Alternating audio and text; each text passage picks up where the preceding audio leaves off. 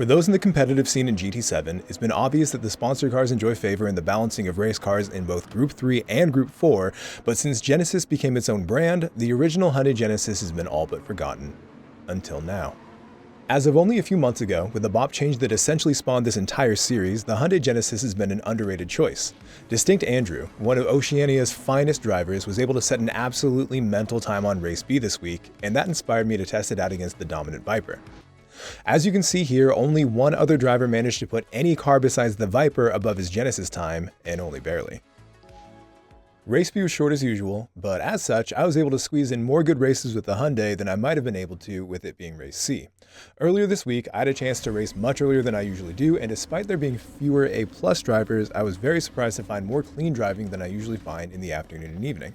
Starting all the way from the very back, as usual, it was the perfect place to really show the capabilities of this car. With only 5 laps per race, this car is going to have to be exceptional to move up at all. While driver skill and experience will always be the most important factor in a race, when it comes to an unbalanced, high-powered car on a track with multiple high-speed straights, there's little one can do with a car that's unfairly balanced. With a field of almost nothing but the meta Viper, I knew I was going to just sit and watch the cars disappear from me as soon as the race started. In sim racing, as well as real life, and especially in a shorter sprint of a sprint race, this can actually work in my favor since chaos is all but guaranteed.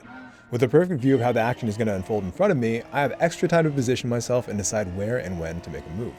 As I found out a few weeks back at Laguna Seca, the Genesis doesn't have fantastic tire wear, but in a race with no tire multipliers and only 5 laps, that won't matter a bit, and I can push as hard as possible from the beginning to the end. Even overheating the tires won't have any lasting effect, so I can really go all out. Since this was my first race this early in the morning, I was very surprised to find that everyone made it through turn 1 cleanly. Even as the Jaguar driver fell back and I found myself next to them, they left me space and it didn't affect my race whatsoever. Pushing my luck, I decided to go for an outside move just hoping for space, and to my absolute delight, space was given. Checking up after hustling around the Viper, I very nearly launched the Porsche into the wall, but he luckily got on the throttle just in time to avoid it. Despite that, my position gained was a position kept, and I continued even finding another position after driving through the ghost of our friend Matt. This fast left-hander is another common choke point, and to my surprise, everyone in front made it through cleanly, which is extremely important for the Genesis. With only mediocre stats in pretty much every category, I had to ensure I keep my momentum and get on the throttle extremely early. With the Porsche getting a nice bit of slipstream in the defensive position, I took the chance to swing inside and go for a move going into the tight left, but with a Viper on the apex, I couldn't keep up my momentum and the Porsche maintained its position. At this point, I realized I was going to have to make a decisive move in order to take that position.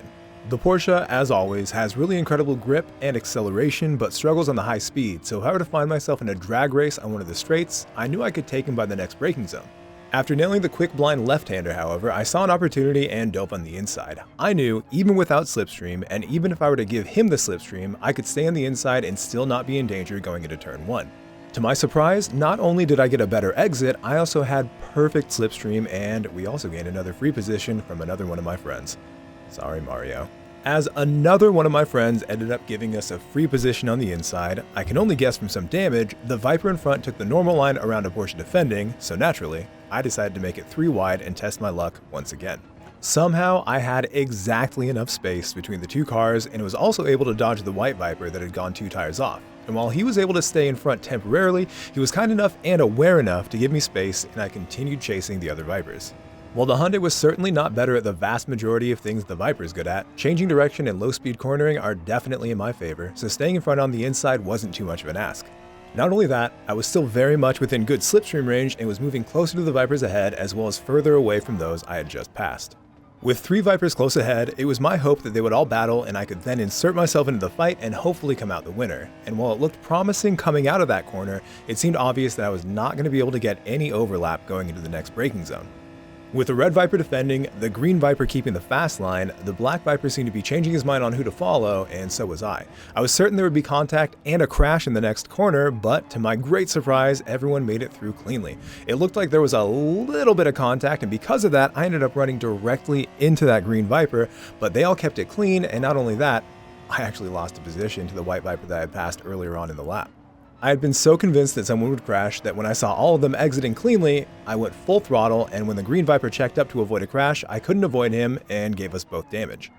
The white Viper, who had taken his spot back after my last mistake, made a mistake of his own, and I was able to get by cleanly after the kink and retake my position behind the 3 Vipers I was previously chasing. With the damage not yet healed, my already low-powered Hyundai was not going to be able to stay close even in slip, and even though it repaired itself before the kink, I was certain I would lose the position to the White Viper once again. Staying in the defensive position to try to maintain my hard-fought 7th, the White Viper gave me a much-needed bump draft, so I jumped on the fast line and continued my chase once again.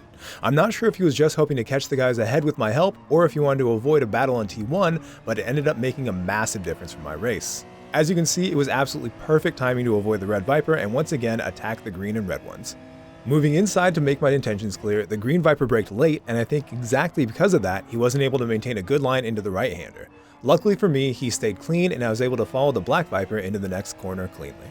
This time around, the black Viper would not have another car to provide slipstream, and as long as I nailed the left-hander, I would have a very long straight full of slipstream to mount an attack. Rotating the car in second gear, I unfortunately lost a bit of momentum, but luckily for me, so did he as he dipped his tires into the grass.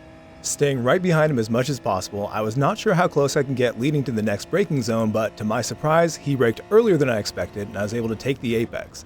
Expecting oversteer, I nearly tracked straight out until I saw his nose was right next to me, and not trying to be Max Verstappen, I steered at the last moment and luckily didn't push him off the track.